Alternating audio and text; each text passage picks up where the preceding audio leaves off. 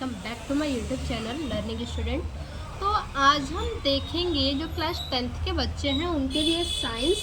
आज हम देखेंगे साइंस में जो है कि पादपों में समन्वय, और चैप्टर का नाम है नियंत्रण एवं समन्वय। ठीक है, तो आज हम देखेंगे पादपों में समन्वय किस प्रकार से होता है। ठीक है, तो सबसे पहले देखिए, शरीर की क्रियाओं के नियंत्रण एवं समन्वय के लिए जंतु में विकसित तंत्रिका तंत्र होता है। ठीक है, जंतुओं में क्या होता है? जंतु में विकसित तंत्रिका तंत्र होता है। ध्यान दीजिएगा, क्या बोल रहा है कि जो शरीर की क्रियाएं होती है, ठीक है, शरीर की क्रियाओं के लिए, क्रियाओं को नियंत्रित करने के लिए और समन्वय के लिए क्या होता है? जंतु में विकसित तंत्रिका तंत्र होता है। जंतुओं में क्या है? तंत्रिका तंत्र पाया जाता है, और वहीं पादपों में तंत्रिका तंत्र तथा पेशियां दोनों ही अनुपस्थित होते हैं। ठीक है, पादपों में क्या होता है? पादपों में तंत्रिका तंत्र और पेशियां दोनों ही क्या होते हैं? अनुपस्थित होते हैं, यानी दोनों ही नहीं पाए जाते हैं पादपों में। ठीक है, अतः पादपों में वातावरण के प्रभाव अथवा आंतरिक उद्दीपनों से संपूर्ण शरीर या शरीर का कोई अंग अपनी स्थिति में परिवर्तन करता है। ठीक है, समझिए, जैसे मान लेते हैं कि छुई मुई है। ठीक है, छुई मुई का पौधा हर कोई देखा होगा, हर कोई जानता होगा कि छूने से वो क्या होते हैं? सिकुड़ने लगता है। ठीक है, पत्ती को पकड़ते हैं, छुई, देखिए छुई मुई। ठीक है, छुई मुई के पत्ती को हम क्या करते हैं? पकड़ते हैं या फिर छूते हैं, तो उसकी पत्ती क्या होती है? सिकुड़ती है, या तो सिकुड़ जाएगी या तो बंद हो जाएगी। और छुई मुई की पत्ती कैसे होती है? देखिए, छुई मुई की जो पत्ती होती है वो इस प्रकार से होती है। ठीक है, इसी तरह से बिल्कुल पास पास सटा सटा होता है, बिल्कुल। ठीक,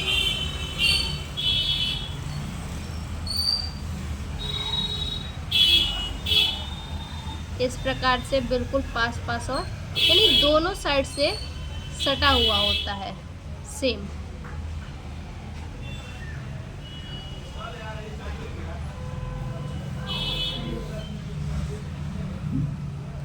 और इसकी पत्ती को जो है हम क्या करते हैं? अगर जरा सा यहाँ पे भी छूते हैं तो ये क्या करता है? मतलब दोनों तरफ के जो पत्ते हैं वो क्या होते हैं? सट जाते हैं, बीच में आकर क्या हो जाते हैं? दोनों सट जाते हैं छूने पे। ठीक है, या तो छुइए या तो पकड़िए, ये क्या होते हैं? खुद को सिकुड़ लेते हैं। और पादप ऊपर की ओर क्या होते हैं? जो है कि जो पादप होते हैं वो ऊपर की ओर क्यों बढ़ते हैं? ऐसी भाई सही बात है, सोचने वाली बात है कि ठीक है, ये जो छुई मुई है इसको हम क्या करते हैं? छूते हैं या पकड़ते हैं तो सिकुड़ जाता है। आखिर क्यों सिकुड़ता है? सिकुड़ने का कोई रीज़न होगा, क्यों सिकुड़ता है? पादप जो है ऊपर की ओर बढ़ता है, उसको तो नीचे की ओर बढ़ना चाहिए, क्यों ऊपर की ओर बढ़ता है? पौधे लगाते हैं, बीज लगाते हैं, तो क्या होता है? ऊपर की ओर बढ़ता है। क्यों ऊपर की ओर? नीचे की ओर भी बढ़ना चाहिए। बीज लगाने से पौधा जो है ऊपर की ओर आता है, वो क्यों आता है? नीचे की ओर भी बढ़ना चाहिए उसको। ठीक है, तो इन सभी को, ठीक है, इन सभी को आज हम इस चैप्टर में पढ़ेंगे। ठीक, और जो हमारा बॉडी है, ठीक है, जो जंतुओं की जो क्रियाएं होती हैं उनके लिए नियंत्रण और समन्वय के लिए क्या है? जंतुओं में तंत्रिका तंत्र होता है। ठीक है, अभी हमने पढ़ा कि शरीर की क्रियाओं के लिए क्या होता है? नियंत्रण एवं समन्वय के लिए जंतुओं में तंत्रिका तंत्र होता है, और वहीं पादपों में तंत्रिका तंत्र और मांसपेशियां नहीं होता है। तो फिर पादप को कैसे कुछ भी अनुभव होता है, कैसे पता चलता है? मान लीजिए मनुष्य है, जंतु है, अगर उसको क्या है? चींटी काट रहा है, तो तुरंत दिमाग तक क्या होता है? सिग्नल पहुंचता है कि अरे चींटी काट रहा है, तुरंत हमें अनुभव होता है। ठीक है, तो हम तुरंत समझ जाते हैं और तुरंत उस चींटी को हटाते हैं, या फिर मच्छर काटता है तो उस मच्छर को हम क्या करते हैं? मारते हैं। तो ये तो हमें तंत्रिका तंत्र के द्वारा पता चलता है। लेकिन जो पादप होते हैं, जो पौधे होते हैं, उनमें ये चीज़ कैसे? क्योंकि उनमें तो तंत्रिका तंत्र और मांसपेशियां होता ही नहीं है। तो देखिए, पहले तो समझिए, जो गति होता है ना, वो 2 प्रकार का होता है। ठीक है, गति कितने प्रकार का होता है? 2 प्रकार का होता है। एक तो आपका होता है गति वृद्धि से मुक्त। पहला गति होता है वृद्धि से मुक्त, ठीक है, वृद्धि से मुक्त पहला गति है। और दूसरा जो गति होता है ये क्या है, वृद्धि पर आश्रित,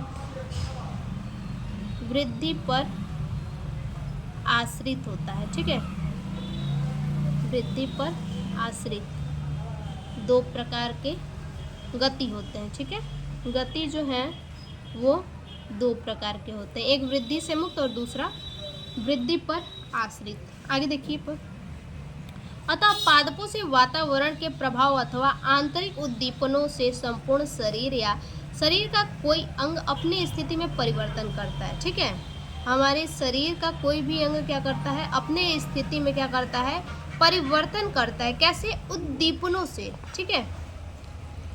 तो इस परिवर्तन को गति कहते हैं, ठीक है। इसी जिस परिवर्तन के कारण गति करता है, हमारा शरीर मूव करता है, उसी को हम क्या कहते हैं, परिवर्तन कहते हैं। और हमने क्या बताया, पादपों में गतियाँ दो प्रकार की होती हैं। अभी हमने गति आपको बताई कि गति कितने प्रकार की होती हैं, दो प्रकार की। एक तो वृद्धि से मुक्त और दूसरा क्या है, वृद्धि पर आश्रित। दो प्रकार की ये गतियाँ हैं, ठीक है। हमने देखा कि पादपों में गतियाँ दो प्रकार की होती हैं, जो कि पहला है वृद्धि से मुक्त और दूसरा है वृद्धि पर आश्रित, ठीक है। तो वृद्धि से मुक्त, ये जो पहला है ये क्या है, वृद्धि से मुक्त। जैसे छुई मुई है, अभी हमने बताया ये छुई मुई है, ठीक है। इसको छूते हैं तो क्या होता है, ये सिकुड़ जाता है, ठीक है। छूते हैं इसको तो ये क्या होता है, छुई मुई का जो पत्ता होता है ये सिकुड़ जाता है, ठीक है। और वहीं अगर वृद्धि पर आश्रित देखा जाए ये, तो ये क्या होता है, जब बीज होता है ना, बीज, ठीक है, किसी भी चीज़ का बीज होता है, ठीक है, ये है मान लीजिए बीज, ठीक। और ये जब बीज अंकुरित होता है, ठीक है, जब ये बीज अंकुरित होगा तो इसमें से जो क्या है, तना निकलेगा, ठीक है। इसमें से क्या होगा, तना निकलेगा, इसमें से तना निकलेगा और नीचे की ओर क्या होगा, जड़ वृद्धि करेगी, ठीक है। नीचे की ओर क्या होगी, इसमें से जड़ वृद्धि करेगी और ऊपर की ओर क्या होगा, तना जो है कि निकलेगा, ठीक है। इसमें से तना निकलेगा तो जड़ नीचे की ओर जाता है और तना क्या करता है, ऊपर की ओर जाता है। तो ये हो गया वृद्धि पर आश्रित। जब ये जड़ नीचे की ओर वृद्धि करेगा तभी ये तना क्या होगा, ऊपर की ओर बढ़ेगा, ठीक है। जो कि वृद्धि से मुक्त जो है, इसमें ऐसा कुछ भी नहीं। वृद्धि से मुक्त यानी छुई मुई को अगर हम छू रहे हैं तो वो क्या होगा, सिकुड़ लेगा खुद को, ठीक है। तो ये क्या है, वृद्धि से मुक्त है। ये क्या है, बस खुद को गति करवा रहा है, ठीक है, खुद को गति करवा रहा है। इसमें कोई भी मतलब ऐसा कुछ नहीं, किसी से रिलेटेड नहीं है ये। और वहीं पे बीज देखा जाए, बीज में जब जड़ वृद्धि करेगा तभी तना भी करेगा, ठीक है। अब देखिए जो पत्ती होता है, अब इसमें क्या है, इसको छूने से कोई भी वृद्धि मतलब नहीं हो रही, ठीक है, ना कि ये बड़ा हो रहा है ना ही छोटा हो रहा है, ठीक है, ऐसा कुछ भी नहीं है इसमें। यानी पत्ती जो है इसमें क्या हो गया, उद्दीपन, ठीक है। पत्ती जो है, पत्ती क्या हो गया, उद्दीपन हो गया, ठीक, पत्ती उद्दीपन हो गया। और जो पत्ती का बंद होना है, ये जो पत्ती बंद हो रहा है वो क्या हो गया, अनुक्रिया, ठीक है। अनुक्रिया, अनुक्रिया क्या है, पत्ती का बंद होना, पत्ती का बंद होना, ये क्या है, अनुक्रिया है, ठीक है। यानी पौधे के जिस बिंदु पर, मान लीजिए इस बिंदु पर क्या है, छुआ जा रहा है, ठीक है, पौधे के इस बिंदु पर छुआ जा रहा है, तो पौधे के जिस बिंदु पर छुआ जाता है और जिस भाग में गति होती है, गति कहाँ हो रही है, यहाँ पे, यहाँ से लेके पूरा जो है ये पूरा पत्ता क्या हो जा रहा है, सिकुड़ जाता है, ठीक है। तो पौधे के जिस बिंदु पर छुआ जाता है और जिस भाग में गति होती है, ठीक है, वो क्या है, वृद्धि से मुक्त है। गति कहाँ हो रहा है, जहाँ छुआ जा रहा है वहाँ से पूरा अंत तक वो क्या हो रहा है, पूरा पत्ता खुद को सिकोड़ ले रहा है। ठीक, तो स्पर्श बिंदु ये हमारा हो गया, और गति वाली बिंदु जो है ये पूरा हो जाएगा, ये गति वाला बिंदु। तो जैसे देखिए अभी हमने आपको एग्जांपल बताया कि मच्छर काटता है या चींटी काटती है, या फिर पीछे से हम खड़े रहते हैं तो पीछे से कोई आता है झटके से मार देता है। ठीक है, तो चोट लगता है तो सबसे पहले अनुभव कहाँ होता है, पूरे बॉडी में ये चीज़ क्या होता है, कोई झटके से मारता है तो पूरे बॉडी में करंट टाइप का लगता है कि क्या है, चोट लगा है, अनुभव होता है, आपको समझ में आता है कि चोट लगा है। ठीक है, तो इसको जो है कि ये पत्ती है, जो पादप है, इनको कैसे पता चलेगा, तो जब हम पत्ती को छुएंगे, ठीक है, जब भी हम पत्ती को छूते हैं तो वहाँ पानी की मात्रा कम या ज़्यादा हो जाती है। अगर हम यहाँ पे छुएंगे पत्ती को तो इसमें क्या होगा, पानी का मात्रा क्या होगा, कम या ज़्यादा हो जाता है। ठीक है, इसलिए पत्ती क्या होती है, सिकुड़ती है या तो फैलती है, या तो सिकुड़ जाएगी या तो फैल जाएगी। यानी कि जब आप पत्ती को छुएंगे तो उसमें क्या होगी, पानी की मात्रा कम हो जाती है। जब हम पत्ती को छूते हैं तो पानी की मात्रा क्या हो जाती है, कम हो जाती है। ठीक है, पत्ती को छूते हैं तो क्या होता है, पानी की मात्रा क्या होती है, कम हो जाती है, माइनस में होती है। ठीक है, इसीलिए वो क्या होता है, या तो सिकुड़ जाता है या तो फैल जाता है। ठीक है, और इससे ये स्पष्ट होता है कि पादप एक सूचना को, ठीक है, पादप क्या करता है, पादप जो है वो एक सूचना को एक कोशिका से दूसरी कोशिका तक क्या करता है, संचारित करने के लिए।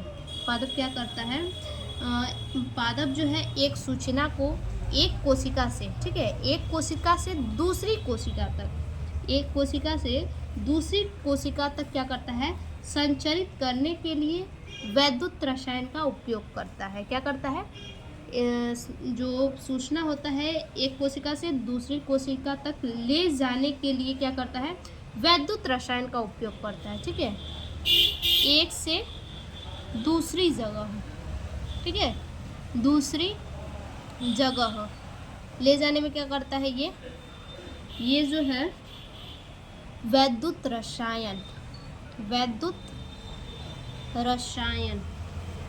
का उपयोग करता है। ठीक है, ये क्या करता है, वैद्युत रसायन का उपयोग करता है, और वैद्युत रसायन का उपयोग करते ही क्या होता है, जल की मात्रा में परिवर्तन हो जाता है। ठीक है, जल की मात्रा में क्या होता है, परिवर्तन हो जाता है, और वही परिवर्तन करके क्या करते हैं, पत्ती जो होते हैं अपनी आकृति को बदल लेते हैं। ठीक है, यानी कहने का मतलब है यहाँ हम टच तो कर रहे हैं, टच करने से क्या हो रहा है, यहाँ पे वैद्युत रसायन हो रहा है। वैद्युत रसायन का मतलब क्या है कि एक कोशिका क्या कर रही है, सूचना को दूसरी कोशिका तक ले जा रही है, किसके द्वारा, वैद्युत रसायन के द्वारा। हमने यहाँ टच किया तो वैद्युत रसायन हुआ। ठीक है, टच किया तो क्या हो रहा है, वैद्युत रसायन। तो वो जो कोशिका है जहाँ हमने टच किया है, जो कोशिका है वो जो है सूचना को क्या कर रही है, दूसरी कोशिका तक ले जा रही है। ठीक है, इसीलिए क्या कह रहे हैं कि एक कोशिका से दूसरी कोशिका तक सूचना ले जाने के लिए वैद्युत रसायन का उपयोग किया जाता है। और जल की मात्रा में जब वैद्युत रसायन का प्रयोग किया जाता है तो जल की मात्रा में क्या होता है, परिवर्तन होता है। ठीक है, जल की मात्रा में क्या होता है, परिवर्तन होता है, और परिवर्तन करके क्या करते हैं, पत्ती जो होते हैं वो आकृति बदलते रहते हैं। ठीक है, वो क्या करते हैं, जल की मात्रा में जब कमी होगी तो अपनी आकृति को क्या करते हैं, बदलते हैं। जैसे कि कोई मनुष्य है, खड़ा है, ठीक है, और ऐसे हम लोग किए होंगे बचपन में। ठीक है, पीछे से आते हैं, घुटने के पास पीछे से क्या होता है, धीरे से मार देते हैं, तो वो क्या होता है, थोड़ा सा झुक जाता है। ठीक है, वो मनुष्य क्या होता है, थोड़ा सा झुक जाता है, झुकता है, पैर पे मारते हैं, घुटने के पास पीछे से मारते हैं तो व्यक्ति थोड़ा सा झुक जाता है। सेम वही चीज़ यहाँ पे भी है कि जल की मात्रा में परिवर्तन करके क्या करता है, आकृति को बदलता है। ठीक, जल की मात्रा में परिवर्तन करके आकृति को, पत्ती क्या करता है, अपनी आकृति को बदलता है। उसी तरह से मनुष्य भी है कि पैर पे पीछे से मारते हैं तो क्या होता है, थोड़ा सा हम झुक जाते हैं। ठीक है, सेम वही चीज़ ये भी है। देखिए उद्दीपन के लिए तत्काल अनुक्रिया, ठीक है। उद्दीपन क्या हो जाएगा, पत्ती हो जाएगा, हमने आपको बताया है उद्दीपन पत्ती हो जाएगा, ठीक है। और अनुक्रिया, पत्ती का बंद होना वो अनुक्रिया है। देखिए, संवेदनशील पादप यानी छुई मुई, ठीक है। संवेदनशील पादप यानी छुई मुई ही है, क्योंकि संवेदनशील बोला है, जिसको हम छुए तो तुरंत वो क्या हो, सिकुड़ ले खुद को। उद्दीपन के प्रति तत्काल अनुक्रिया दर्शाते हैं। जी हाँ, ये तत्काल अनुक्रिया दर्शाते हैं। अगर हम छुएंगे तो वो तुरंत सिकुड़ जाते हैं, ना कि कुछ देर के बाद वो क्या होते हैं, तुरंत सिकुड़ जाते हैं। पादप के सभी भाग यह अनुक्रिया प्रदर्शित करते हैं। पादप के सभी भाग क्या करते हैं, इसी क्रिया को प्रदर्शित करते हैं, अर्थात गति करते हैं, ठीक है। जैसे कि पादप को स्पर्श किया जाता है, उसमें सूचनाओं का आदान प्रदान होने लगता है, ठीक है। पादप को स्पर्श किया जाता है तो उसमें क्या होता है, सूचनाओं का जो है कि आदान प्रदान होने लगता है, ठीक। जैसे फिर से बता रहे बच्चा, बार बार मैंने इस टॉपिक को बताया, ध्यान दीजिए। यहाँ पे हम टच करेंगे, ठीक है। यहाँ क्या बोला है, जैसे ही पादप को स्पर्श किया जाता है उसमें सूचनाओं का आदान प्रदान होने लगता है। हमने यहाँ पे टच किया, ठीक है, तो तुरंत क्या होता है, सूचनाओं का एक कोशिका से दूसरी कोशिका के पास तक पूरा क्या होता है, सूचनाओं का आदान प्रदान होने लगता है, ठीक है। जो हम टच करते हैं वो हमारा वैद्युत रसायन कहलाता है। तो ये वैद्युत रसायन के उपयोग से ही ये करते हैं कि एक कोशिकाओं को दूसरी कोशिकाओं तक क्या करते हैं, सूचना भेजते हैं, ठीक। अब दूसरा जो है वो है वृद्धि के गति। वृद्धि के गति यानी जो अभी हमने बताया वृद्धि पर आश्रित। एक गति वृद्धि से मुक्त है और दूसरा गति वृद्धि पर आश्रित है। दूसरा गति क्या है, वृद्धि पर आश्रित है, जो अभी हमने आपको बताया। बीज हम लगाते हैं, अंकुरित होता है, नीचे की ओर जड़ फैलता है और ऊपर की ओर जो है कि तना फैलता है, ठीक है। नीचे की ओर जड़ फैलता है और ऊपर की ओर तना फैलता है। तो ये बताइए ऐसी कौन कौन सी चीज़ हो सकती है इस प्रकार की जो वृद्धि पर आश्रित हो। तो हम कह सकते हैं क्या, नेनुआ हो सकता है, ठीक है, नेनुआ ऐसा हो सकता है। उसके बाद आपका कोहड़ा हो सकता है, आपका खीरा हो सकता है, ठीक है, खीरा हो सकता है। उसके बाद आप मटर कह सकते हैं, मटर। क्यों ये सभी, क्योंकि इन सभी में आप लोग देखे होंगे, जो इन सभी के पौधों को, पेड़ों को देखे होंगे वो जानते होंगे, नेनुआ का जो पेड़ होता है, ठीक है, नेनुआ का जो पौधा होता है उसमें जो देखेंगे रेसा रेसा इस टाइप का, ठीक है, रेसा रेसा इस टाइप का क्या होता है, निकला हुआ रहता है, ठीक है। पौधों में से इस टाइप का, जैसे नेनुआ है, ठीक है, जैसे क्या है, नेनुआ है तो उसमें से क्या होता है, इस टाइप का निकला हुआ होता है, ठीक है। पौधों में से जो पौधे होते हैं उनमें से क्या होता है, ऐसे ऐसे निकला होता है। तो इसी के सहारे वो क्या, इसको क्या कहते हैं, जो ये निकला होता है गोल रेशा की तरह, गोल रेशा वाली ये जो संरचनाएं हैं, ये नेनुआ में भी पाया जाता है, कोहड़ा में भी पाया जाता है, खीरा में भी, मटर में भी, कद्दू में भी, इन सभी में पाया जाता है, ठीक है। तो ये जो संरचना है, इस संरचना को हम क्या कहते हैं, प्रतान कहते हैं, ठीक है। इस संरचना को हम प्रतान कहते हैं, ठीक। और इसी प्रतान की सहायता से ये क्या होता है, जो नेनुआ होता है, कोहड़ा तो खैर ज़मीन पे होता है, हाँ, जो बाँस, जहाँ बाँस लगा होता है, बाँस पे क्या होता है, ये पौधे को क्या होता है, फैला दिया जाता है, तो उसी के सहारे ये क्या होता है, ऊपर चढ़ता है। यही जो प्रतान है, इसी प्रतान के सहारे क्या होता है, पौधा जो होता है ऊपर तक चढ़ जाता है। इसी प्रकार से अंगूर भी आपका होता है, ठीक है। तो इसी प्रतान की सहायता से क्या होता है, ऊपर तक चढ़ जाता है, ठीक है। तो ये जो है, ये वृद्धि पर आश्रित जो होते हैं वही सब क्या है, पादप है, ठीक है। देखिए आगे, वृद्धि के कारण गति। पादप वृद्धि करते हुए किसी विशेष उद्दीपन के प्रति, ठीक है, पादप क्या करते हैं, वृद्धि करते हैं और वृद्धि करते हुए किसी विशेष उद्दीपन के प्रति अनुक्रिया दर्शाते हैं। क्या करते हैं, अनुक्रिया को दर्शाते हैं, ठीक है। अनुक्रिया जाहिर सी बातें दर्शाएंगे भाई, जो ये मैंने आपको दिखाया कि ये क्या है, जो प्रतान है इसकी सहायता से ऊपर चढ़ते हैं, ठीक है, तो अनुक्रिया तो दर्शा ही रहे हैं। जब पादप में गति प्रदर्शित होती है, ठीक है, जब पादप में क्या होता है, गति प्रदर्शित होता है, जब गति दिखता है तो वृद्धि दिशात्मक होती है, यानी वृद्धि क्या होती है, एक ही दिशा में होती है, ठीक है।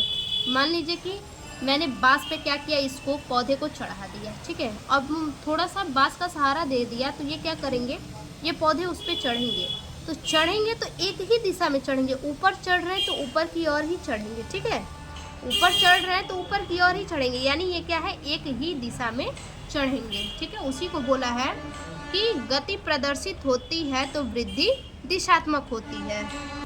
और कुछ पादप जैसे मटर, कद्दू और खीरा अन्य पादपों के सहारे ऊपर चढ़ते हैं, ठीक है, अन्य पादप के सहारे ये क्या करते हैं, ऊपर चढ़ते हैं। अन्य पादप यानी वही जो हमने अभी आपको बताया प्रतान, उसी के सहारे ऊपर चढ़ते हैं। ये प्रतान स्पर्श के प्रति संवेदनशील होते हैं, ठीक है, ये प्रतान, ठीक है, प्रतान स्पर्श के प्रति ये क्या होते हैं, संवेदनशील होते हैं। देखिए आगे हम पढ़ेंगे पादपों में वृद्धि प्रवर्धक हार्मोन्स, ठीक है, पादपों में जो वृद्धि प्रवर्धक हार्मोन्स होते हैं कौन कौन से होते हैं, कितने प्रकार के होते हैं, ये सब हम देखेंगे।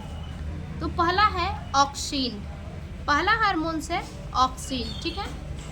तो ये ऑक्सीन जो है ये पादपों के लिए क्या कार्य करता है, तो ये जो ऑक्सीन है, ठीक है,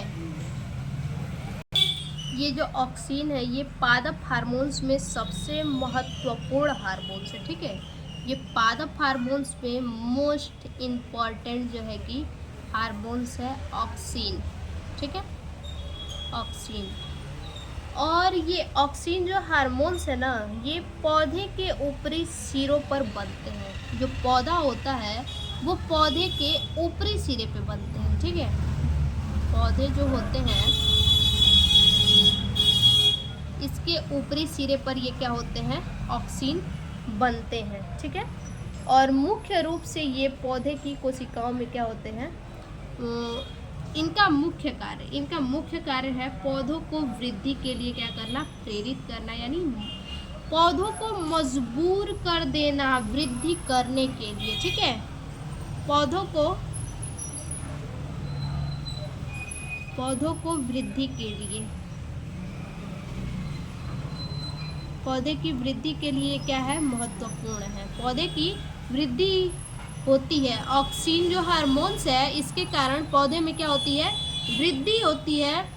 ऑक्सीन हार्मोन्स का काम ही यही है कि पौधों को वृद्धि के लिए क्या करना, मजबूर कर देना, प्रेरित करना, ठीक है।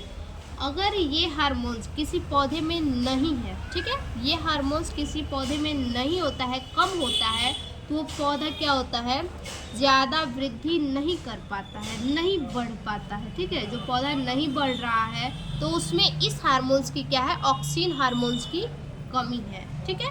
तो ये हो गया पहला हार्मोन्स। दूसरा जो हार्मोन्स है इसके बारे में और देख लेते हैं। देखिए ऑक्सीन की खोज बेल्ट नामक वैज्ञानिक ने की थी, ठीक है, ऑक्सीन की खोज कितने की थी, बेल्ट नामक वैज्ञानिक ने की थी, बेल्ट नामक वैज्ञानिक ने की थी। ये जड़ तथा तने के शीर्ष वृद्धि से स्रावित कार्बनिक पदार्थ है, ठीक है, ये जड़ से और तने से दोनों के शीर्ष वृद्धि, शीर्ष यानी पौधे के शीर्ष पे यानी शिखर पे, पौधे के ये जड़ तथा तने के शीर्ष वृद्धि से स्रावित कार्बनिक पदार्थ है जो मुख्यतः कोशिकाओं में, ठीक है, ये क्या है, मुख्यतः कोशिकाओं में दीर्घाकरण को प्रेरित करते हैं। दीर्घाकरण यानी दीर्घ यानी घूमने के लिए क्या करते हैं, प्रेरित करते हैं, वृद्धि के लिए प्रेरित करते हैं। इसके अतिरिक्त ये पादपों की विभिन्न जैविक क्रियाओं को भी ये क्या करते हैं, पादपों के जितने भी अन्य जैविक क्रियाएं हैं उनको भी प्रभावित करता है। ऑक्सीजन की सबसे अधिक सांद्रता पादपों के शीर्ष भाग एवं कलिकाओं में पाई जाती है। ठीक है, ऑक्सीजन नहीं, यहाँ ऑक्सीन कर लीजिएगा।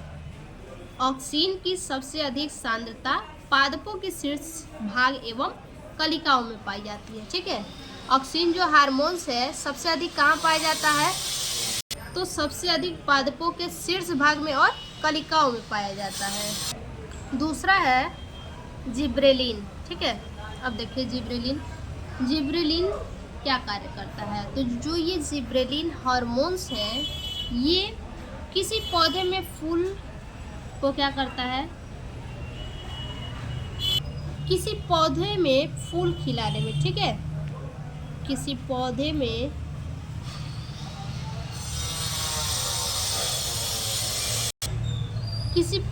फूल खिलाने में, ठीक है, पौधे में फूल खिलाने में जिब्रेलिन हार्मोन्स काम करता है।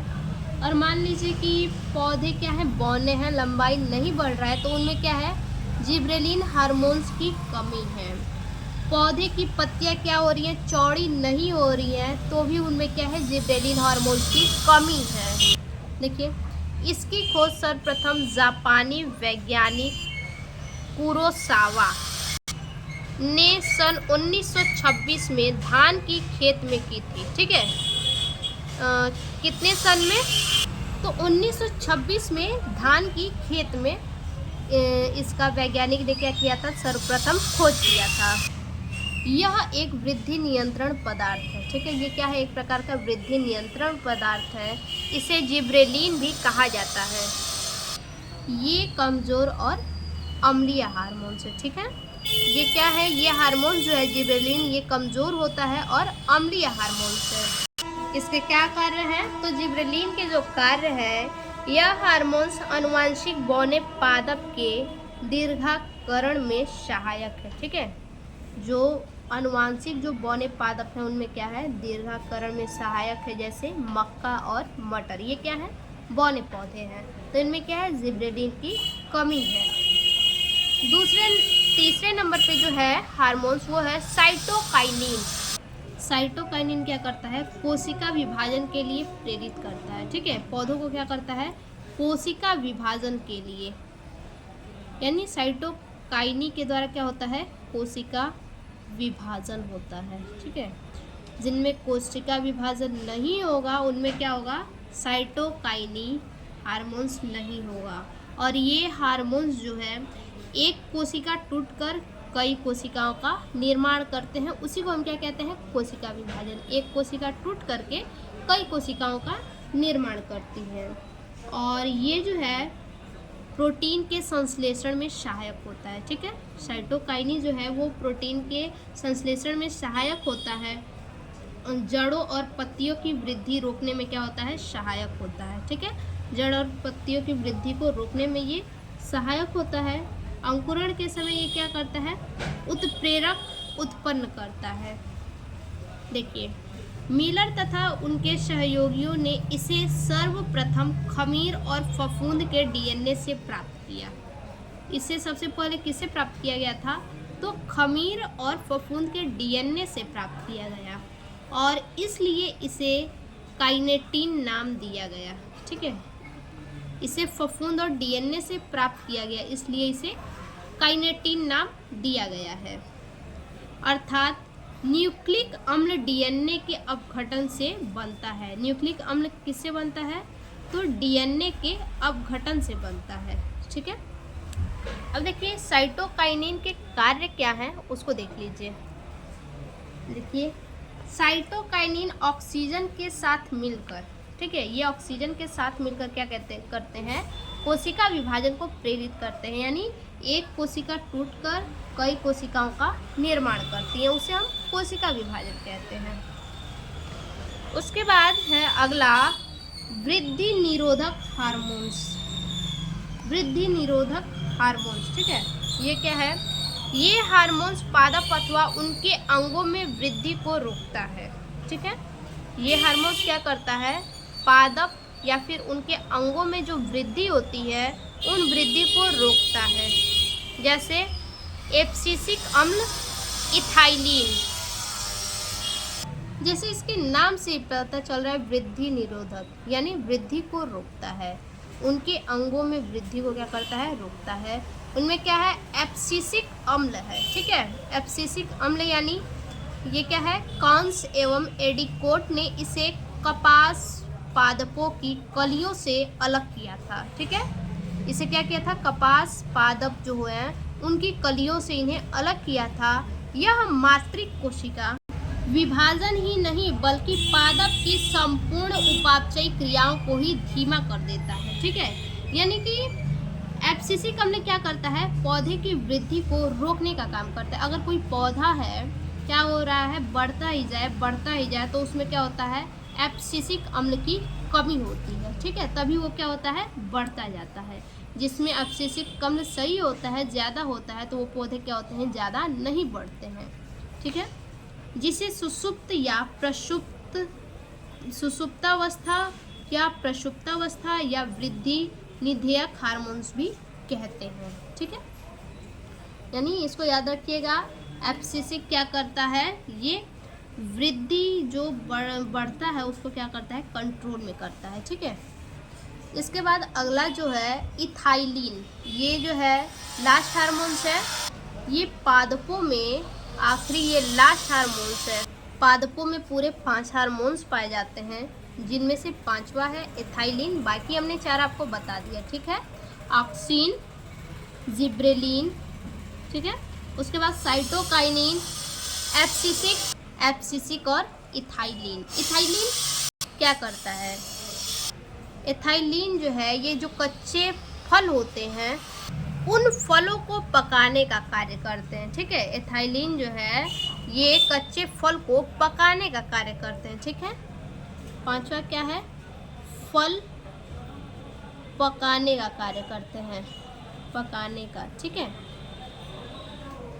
देखिए, यह पादप जगत का गैसीय हार्मोन से, किस प्रकार का है, ये गैसीय हार्मोन से है।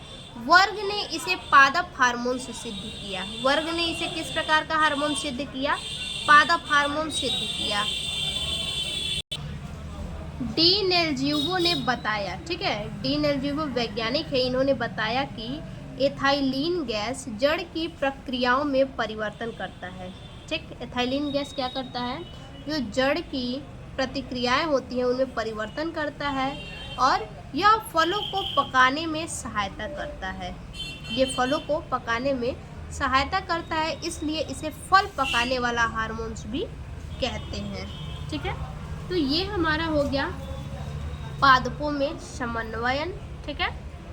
तो ये हमारा चैप्टर जो है समाप्त हुआ। फिर से मिलते हैं एक और नए चैप्टर के साथ नए वीडियो में, तब तक के लिए धन्यवाद।